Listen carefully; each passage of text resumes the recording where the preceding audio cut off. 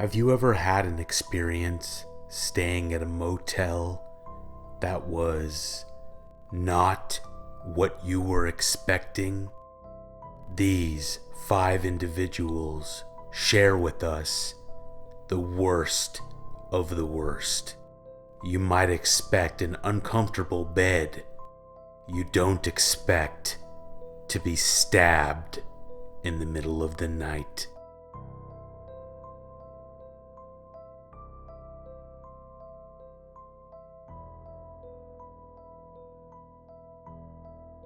Working at a motel in rural Arizona for 6 months, I was working the front desk one night when this guy comes in. He has marks and scratches all over his face. He paid for the room in all quarters that he had in a Ziploc bag in his pocket. I went back to reading when he walked out of the office, and about 10 minutes later, almost had a heart attack when I looked up from my book and saw him standing in the doorway. As soon as he noticed me, he walked away, and I knew right then that this guy was bad news. I felt incredibly uncomfortable. I could feel my face turn red as my heart started to pound.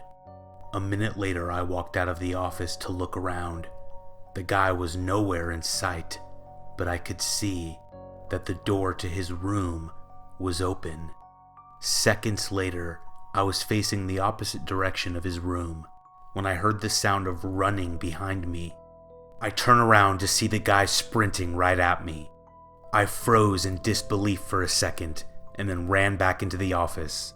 I slammed the door and ran and ducked behind the front counter, not knowing what else to do. Crouched down, I prepared myself, but the guy never came through the door. I stood up and looked out the window next to the door. He wasn't there. This all happened in the span of seconds, and I was honestly terrified. Shaking, I picked up the phone and called the police. They didn't take me very serious, but said they would be there shortly. For some reason I don't know, I called the guy's room. Did he answer? No. A woman answered. A woman laughing. The police arrived and searched the now vacant room. Never found the guy or a woman, but they did find a box full of brand new, unopened cleaning supplies.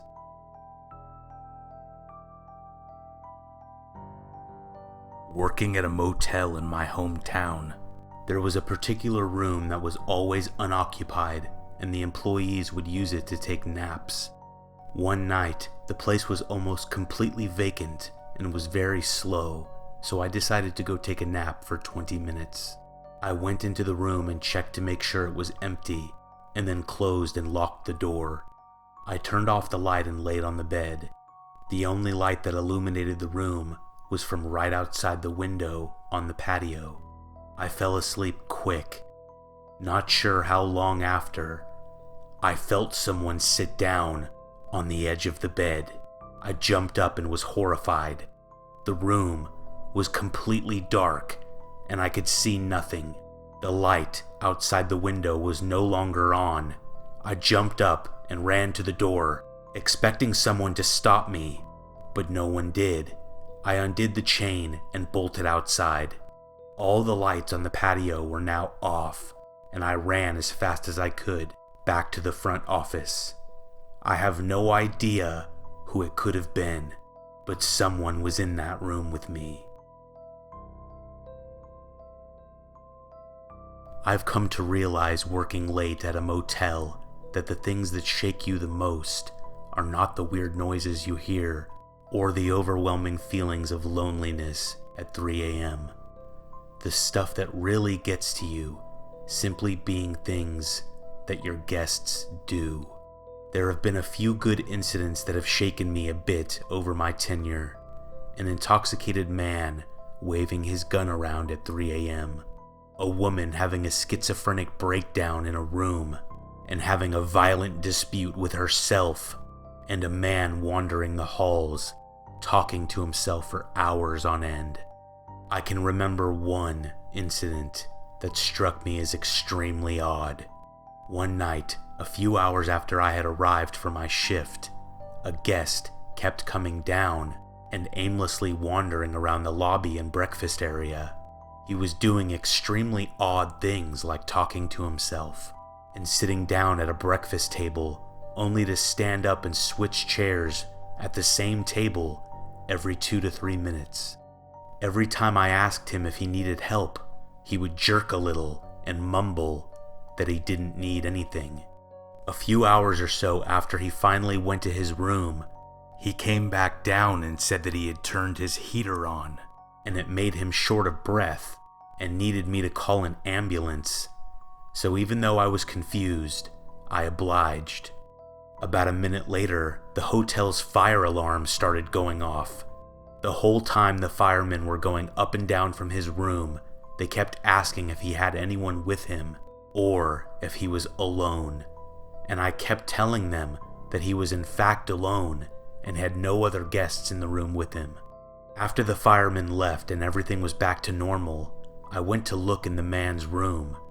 He had rearranged all the furniture, put the TV in the bathroom, and had put his trash can in the middle of the room and set it on fire. The thing that troubled me wasn't the fact that the man intentionally set his room on fire and could have possibly burned the motel down. It was the fact that even though he was alone, there were children's clothes spread everywhere around the room.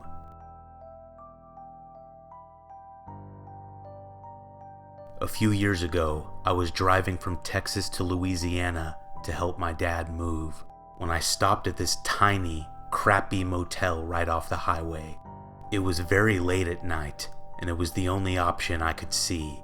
I don't remember the person who checked me in at all. I was so drowsy I could barely keep my eyes open. All I remember is sitting on the bed, kicking off my boots, and noticing that my room was connected to another room. I saw that the lock on that door was turned to the right, which looked like the locked position to me, and I fell backwards and passed out on the bed. At some point, I turned my body and laid on the bed fully. I don't remember when or how long I had been sleeping. Then, I was awoken in the most terrifying way imaginable. A sharp object was stabbed into my back. I screamed and rolled off the bed. I looked and just barely caught a glimpse of what looked like a very skinny man with long, greasy hair run through the door that connected our rooms. I was taken to the hospital after I ran into the parking lot screaming, and the paramedic removed a letter opener from my back. I never returned to the motel, and I have no idea what happened or who it was.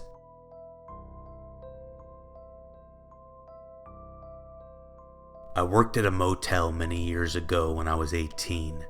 I was working the lobby one night, checking in guests, and this woman comes in by herself. She was wearing a big smile and was very polite. She was wearing a nice dress, and her hair was all done up like she had just come from a wedding. I remember these details very vividly because the motel was not in a particularly nice part of town.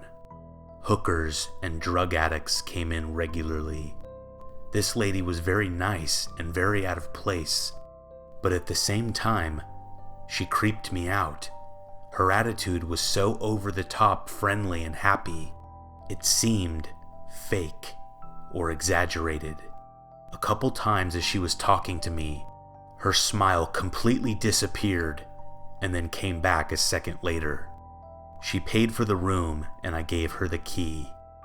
About 2 hours after I had checked her in, she called the front desk.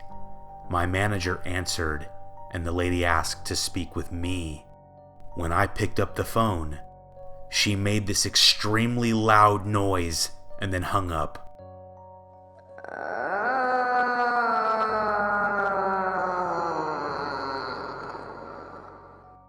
It scared the hell out of me because the noise was like a mix between a moan and a scream.